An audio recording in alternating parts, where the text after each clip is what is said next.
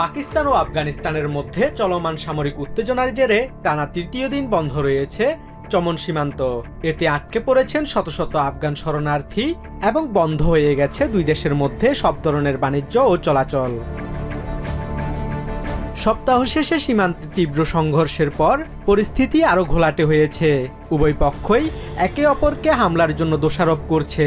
চমন সীমান্ত, যা দুই দেশের মধ্যে দ্বিতীয় বৃহত্তম বাণিজ্য পথ, এখন রূপ নিয়েছে মানবিক বিপর্যয়ের এক চিত্রে। আফগান শরণার্থী মোহাম্মদ নবী বলেন, যুদ্ধের কারণে সীমান্তে আটকে থেকে তারা খাবার ও পানির অভাবে অসুস্থ হয়ে পড়েছেন। আমরা এখানে আটকে পড়েছি যুদ্ধের কারণে। সবাই বলছে সীমান্তে গোলাগুলি হচ্ছে। আমাদের সাথে শিশু, নারী ও বৃদ্ধরাও আছে। সবাই অসুস্থ। এখানে কয়েকদিন টিকে থাকার জন্য খাবার, পানি বা অর্থ কোনোটাই নেই আমাদের। আলোচনার মাধ্যমে সমস্যার সমাধান করা উচিত। যুদ্ধ কারো জন্যই ভালো না, দুই দেশই ক্ষতিগ্রস্ত হয়। শনিবার রাত থেকে শুরু হওয়া সংঘর্ষে উভয় পক্ষের বহু যোদ্ধা নিহত হয়েছে বলে দাবি করেছে পাকিস্তান ও তালেবান সরকার।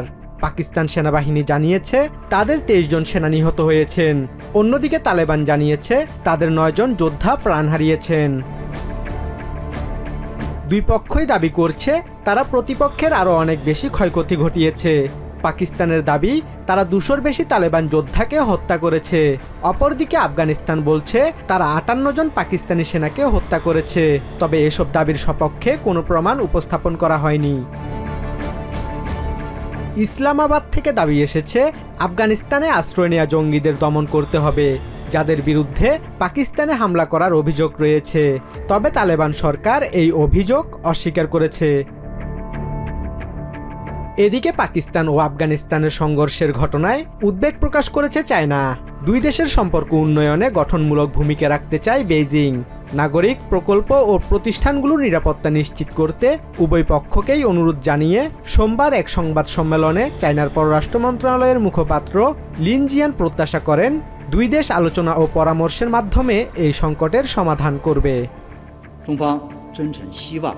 পাকিস্তান ও আফগানিস্তান যেন বৃহত্তর স্বার্থ বিবেচনায় রেখে সংযম বজায় রাখে এবং আলোচনা ও পরামর্শের মাধ্যমে নিজেদের উদ্বেগের সমাধান করে, এটাই আমাদের প্রত্যাশা। সংঘর্ষ যেন আর না বাড়ে। আমরা চাই এই অঞ্চলে শান্তি ও স্থিতিশীলতা বজায় থাকুক। চলমান এই উত্তেজনায় শুধু সীমান্ত নয়, বিপন্ন হয়ে পড়েছে দুই দেশের সাধারণ মানুষের জীবনযাত্রা, আঞ্চলিক স্থিতিশীলতা ও আন্তর্জাতিক বাণিজ্য।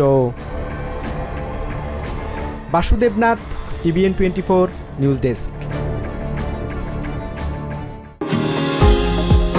নিউ ইয়র্ক থেকে সম্প্রচারিত TVN 24 টেলিভিশন বিশ্বজুড়ে বাঙালির কণ্ঠস্বর।